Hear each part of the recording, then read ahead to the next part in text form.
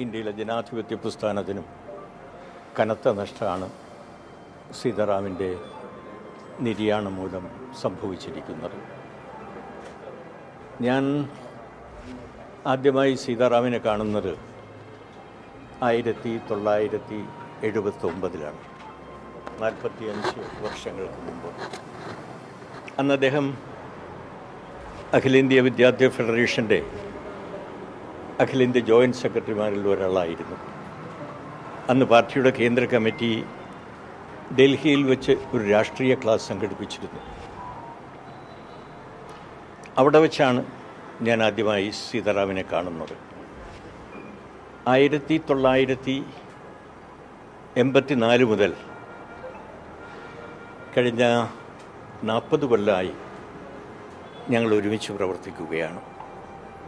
1984 സീതാറാമിനെയും എന്നെയും ബിപിൻ ബാസുവിനെയും മണിക് സർക്കാരിനെയും എല്ലാം പാർട്ടിയുടെ കേന്ദ്ര കമ്മിറ്റിയിലെ ക്ഷണിതാവായി പാർട്ടി തീരുമാനിക്കുന്നത്.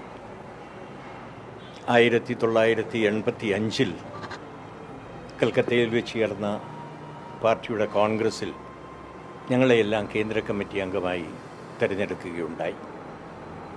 തിരുവനന്തപുരത്ത് വെച്ച് 1989 പാർട്ടി കോൺഗ്രസ് നടക്കുകയുണ്ടായി. ആ പാർട്ടി കോൺഗ്രസ്സിൽ വെച്ച് സീതാറാമിനെയും പ്രകാശ് കാരാട്ടിനെയും മണിക് സർക്കാരിനെയും അതുപോലെ പി രാമചന്ദ്രനെയും എന്നെയും എല്ലാം സെൻട്രൽ സെക്രട്ടേറിയറ്റിലേക്ക് തിരഞ്ഞെടുത്തു. 1992 ഞങ്ങളെയെല്ലാം പാർട്ടി പോളിറ്റ് ബ്യൂറോയിലേക്ക് നിശ്ചയിക്കുകയുണ്ടായി. അങ്ങനെ 92 മുതൽ കഴിഞ്ഞ 30 കൊല്ലക്കാലം ഞങ്ങൾ ഒരുമിച്ച് പോളിറ്റ് ബ്യൂറോയിൽ പ്രവർത്തിച്ചു. സീതാറാം ഇപ്പോൾ പാർട്ടിയുടെ ജനറൽ സെക്രട്ടറിയായി 2015 ചുമതല ഏറ്റെടുത്തു. മാർക്സിസം സംബന്ധിച്ചുള്ള അത്യഗാധമായ അറിവ് അദ്ദേഹത്തിനുണ്ട്. നമ്മുടെ രാഷ്ട്രീയ പ്രശ്നങ്ങൾ സംബന്ധിച്ചുള്ള അത്യഗാധമായ അറിവുണ്ട്. സാർവദേശീയ പ്രശ്നങ്ങൾ സംബന്ധിച്ചും അത്യഗാധമായ അറിവാണ് അദ്ദേഹത്തിനുള്ളത്. അദ്ദേഹത്തിൻ്റെ നിര്യാണം കമ്മ്യൂണിസ്റ്റ് പാർട്ടി ഓഫ് ഇന്ത്യ മാർക്സിസ്റ്റിനെ സംബന്ധിച്ചിടത്തോളം വലിയ നഷ്ടമാണ്. കമ്മ്യൂണിസ്റ്റ് പാർട്ടി ഓഫ് ഇന്ത്യ മാർക്സിസ്റ്റിന് മാത്രമല്ല,